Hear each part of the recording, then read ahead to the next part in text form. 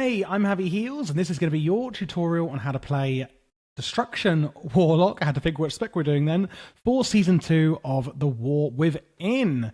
It's going to be beginner friendly, and I am going to be showing you the Mythic Plus and raiding rotations, and hopefully it's all going to sink in, as I will be doing some of this kind of over and over to make sure it sinks in, that you know everything you need to know. I'm going to add some action bars. If you would like to get this UI, you can get it on my Patreon. And I'm just going to add these just to show you the rotation. So left is top priority, right is the lowest priority. Before we go into that, let's have a little look at the priority in stats. Obviously, intellect is going to be your top priority here. So getting a higher and higher eye level is always going to be the priority. After that, haste and crit are kind of equal, and then it's going to be mastery and then versatility. So let's jump straight into the rotation. If you don't know Warlock very well, the way it works is that we have soul shards. And on the week where I'm using here, this is our soul shards. So I've got 3 out of 5 soul shards. We're going to be generating soul shards and then also spending soul shards with some of the spells that we're using. So from the left, the number one priority is keeping up Immolate at all times. Burns the enemy, causing damage over time.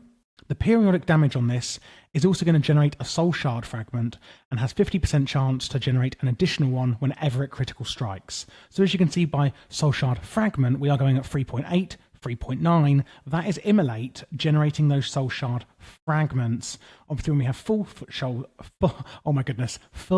soul shards, we can spend them. So keep up Immolate at all times.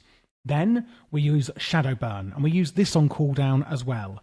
One thing to note is that it is instant, so you can use this when you're on the move as well, and we do have 2 charges of it. Usually when you're on the move, you can't really obviously stop and cast because you're moving, so using an instant spell can be really useful.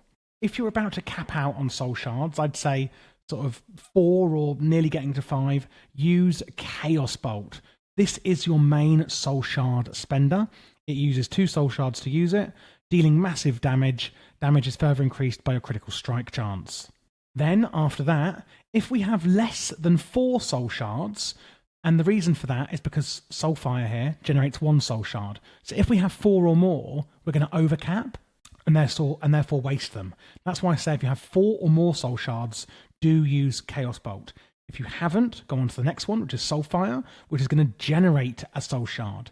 Something that's really important to note here is Soulfire is on a 45-second cooldown, but will also apply Immolate. So keep Immolate up at all times. Soulfire will help you do it, by the way. Then we're going to use Conflagrate. It generates 5 soul shard fragments. Again, try not to overcap like I have just here. It has got 2 charges. Try not to also overcap on the charges. It will reduce the cast time of your next Chaos Bolt by 30%. So when we use Conflagrate, our next Chaos Bolt is going to be really quick to cast, which makes this rotation feel really, really fun. So let's just recap where we're at so far. Keep up Immolate at all times. Use Shadow Burn on cooldown or when you're on the move. It does also cost 1 soul shard, remember. So do be careful of that. Keep up your Immolate. Use Shadow Burn on cooldown. Use Chaos Bolt, which does cost a minimum of 2 soul shards. And when I say it costs a minimum, that doesn't mean if you've got 3, it will use 3. You just have to have 2 or more soul shards to be able to use it. Use Soulfire to also keep up Immolate, and use Soulfire on cooldown, but not if you've got 4, because obviously you'll overcap on soul shards. Then use your Conflagrate. This is going to generate a lot of soul shard fragments. Then we can use our Chaos Bolt after it to spend those fragments. You will sometimes summon these huge demons. That's from your hero talent, by the way. And also sometimes you'll get a proc on your Soulfire. Use that whenever you get any procs. You'll also see sometimes your Chaos Bolt will turn into Ruination. This is basically an even more impressive version.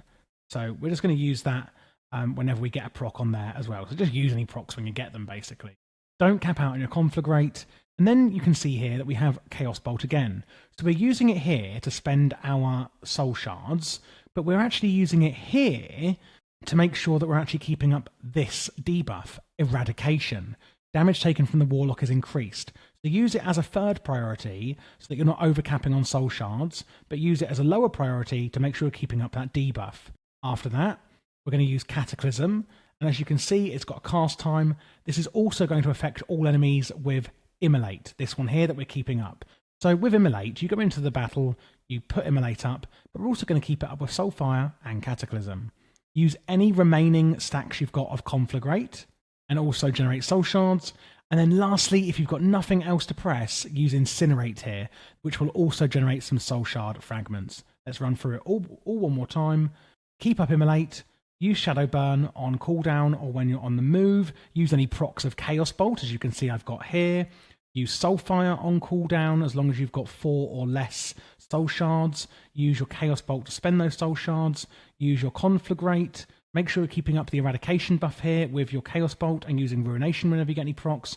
Use your Cataclysm to, again, keep up your Immolate. And then if you've got nothing else to press, it's pretty much going to be Incinerate like this situation here. Apart from that, we've got Summon Infernal. So you can use this on cooldown. It summons an Infernal from the Twisting Nether to do a load of damage to your enemies, and it will help generate soul shard fragments as well. And that is pretty much it for the single target rotation.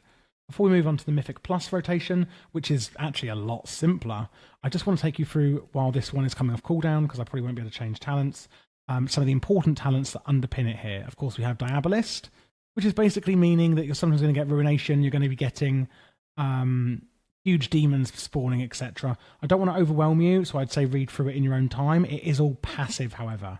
We have Roaring Blaze here. Conflagrate increases your Soulfire, Immolate, Incinerate, and Conflagrate damage to the target for 8 seconds, which is this one here. So Conflagrate is going to massively increase your damage done, and that is actually this debuff here. Damage taken from Immolate, Incinerate, etc. is increased. But don't forget, you're also going to get Backdraft over here on yourself. Incinerate, etc.'s cast times aren't reduced, so don't forget about that, and that's for 10 seconds.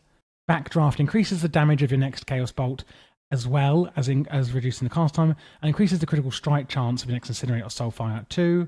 A lot of these ones on the left here are just increasing your damage, etc. They're not really doing anything exciting, apart from Decimation. When your direct damaging abilities deal a critical strike, they have a chance to reset the cooldown of Soulfire and reduce its cast time. That's when you get a proc on your Soulfire that you're seeing. Chaos Bolt and Rain of Fire. Rain of Fire is basically the AoE version that I'm going to be talking you through. Chaos Bolt is obviously a single target one we're using. Increases the damage of your next 2 Incinerates by 15%. And Shadow Burn will also increase the damage of your next Incinerate by 15%. Every 15 soul shards we spend grants Ritual of Ruin, making your next Chaos Bolt or Rain of Fire consume no soul shards and have its cast time reduced. That's when you get a proc on your Rain of Fire or Chaos Bolt. So do use those procs, as I mentioned. When you have your Infernal active, you do actually have a chance, when you're spending soul shards, to summon another one. And that is pretty much it. Let's just quickly go through to the Mythic Plus build. You can see that we are actually going into Hellcaller for Mythic Plus. It doesn't do much different, apart from getting 2 new abilities. Your Immolate is replaced with Wither. Okay, so you're going to use Wither instead of Immolate and maintain it at all times. So you use your Wither as top priority. It's replacing Immolate, as I mentioned. Then we're going to use Cataclysm. This, remember, is going to also be applying Wither rather than Immolate onto your targets and will do massive damage, so just use it on cooldown. Your Rain of Fire is what you're using to spend your soul shards on instead of Chaos Bolt. It's just literally the AoE version. Use your Shadow Burn, same as before. Use your Conflagrate, same as before. If you've got nothing else to press, use your Incinerate to generate soul shards.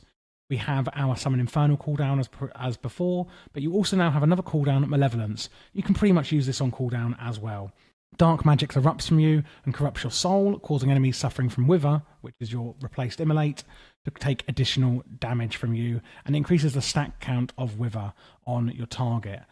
While corrupted, your haste is increased, etc. So the AoE rotation is actually a lot simpler, but it is very fun still. And before we just finish off, I just want to show you some of the utilities. I would recommend looking through your spellbook at everything you have available to you.